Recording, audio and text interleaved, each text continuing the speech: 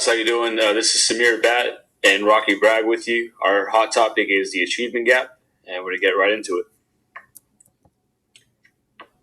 Predictions. For an educator, the term achievement gap sounds discouraging. So without going any further, what we are going to want you guys to do is pause the video and reflect on these three questions. What do you think the achievement gap is? Who do you think is affected by the achievement gap? And do we have interventions in place for those most affected by the achievement gap? So let's just take a minute and go ahead and pause the video as you guys discuss this question.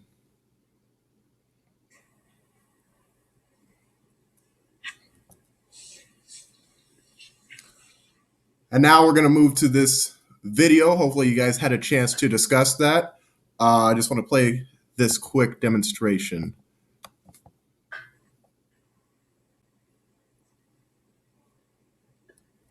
I would define the achievement gap as an empty stomach. So let's say you and your friend go into a restaurant and your friend has just had a huge hamburger.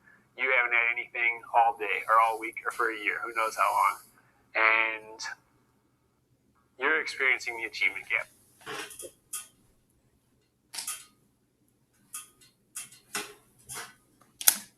We need a lot of hamburgers. I teach at Montbello. There's a lot of preconceptions about the area, and I think that the bottom line is they're just kids, and they have a wide variety of needs, and our primary responsibility is educational needs.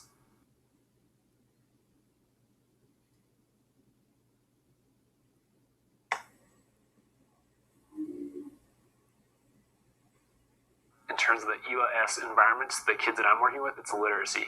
The kids need to learn how to read, and a lot of them just don't have that basic foundation in English language skills. So that's kind of the base that you access all knowledge with is literacy, and so that's the need and the base that we're trying to meet that need. We're trying to establish that base.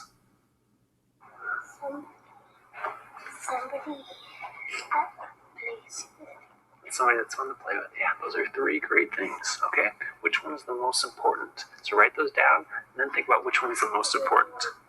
Okay, did you write that all?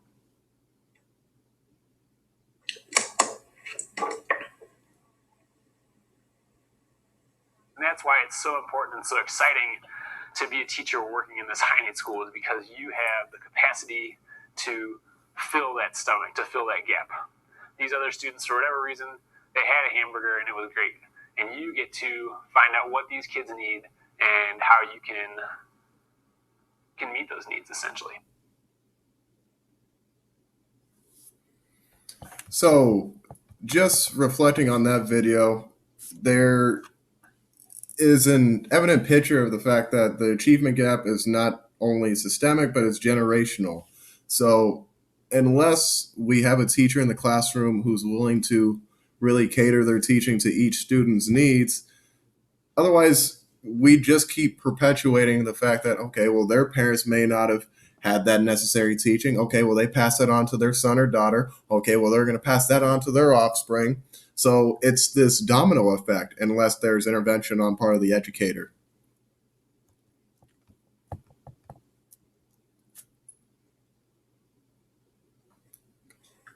What is the history behind the achievement gap? Reducing the test score gap is probably both necessary and sufficient for substantially reducing racial inequalities in educational attainment and earnings. From the 1970s to now, into the 1980s, some progress was made, but from that point on, the gap stabilized. The situation is basically similar for mathematics and not so very different for science. So the idea is that the best way to close this achievement gap and this divide between the minorities and the majorities is to somehow also close the margin of test scores. Now, there is statistical data that shows that connection. However, that is not the only thing that should take place in order to reduce the achievement gap. And it's clear, evident by the data that we collected, that the picture has really remained the same from the 1970s into the 1980s and really to now.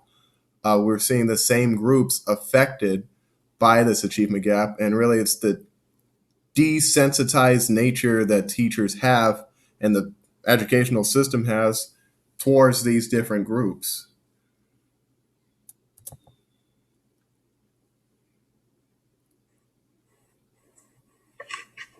Who is affected by the achievement gap? The term achievement gap is often defined as the differences between the test scores of minority and or low-income students and the test scores of their white and Asian peers. Differences between the test scores of students with different backgrounds, ethnic, racial, gender, disability, and income are evident on large-scale standardized tests. Science performance on tests, statewide tests, SATs, etc., access to key opportunities, advanced mathematics, physics, higher education, etc., and attainments, high school diploma, college degree, and employment.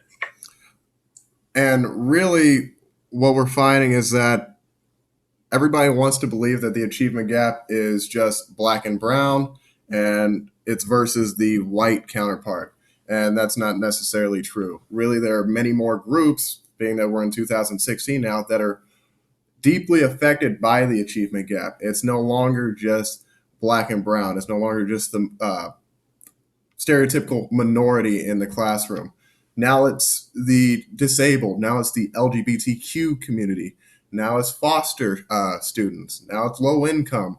It's those that have that cultural and social divide between what they were given and what they've been exposed to versus their white or their Asian counterpart in the classroom. And generally, the science that we use to determine the margins in the achievement gap are the SATs, and they are statewide tests.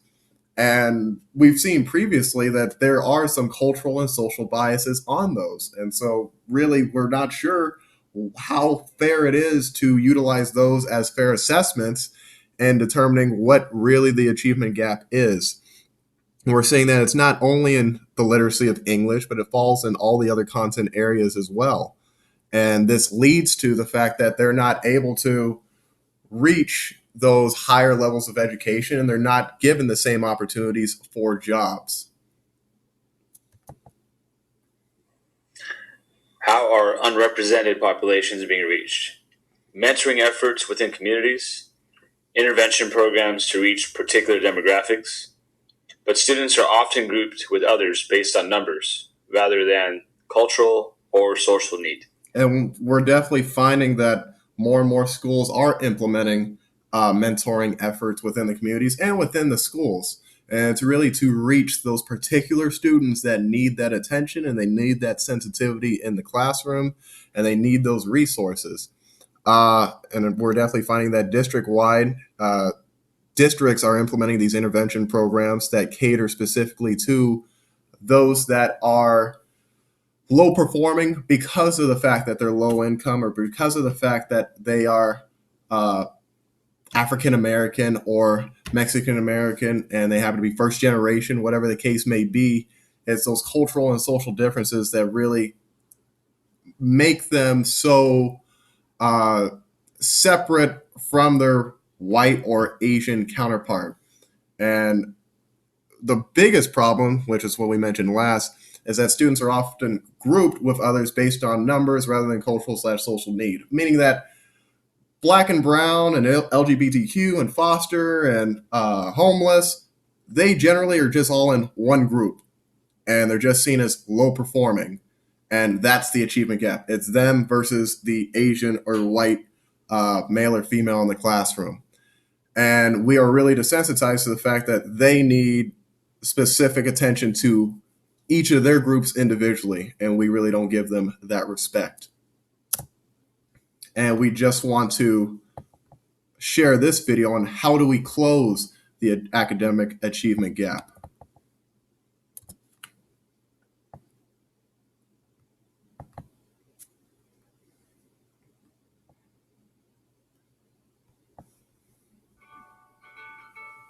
So we all know that rising income inequality is hurting working families today. But did you know that it's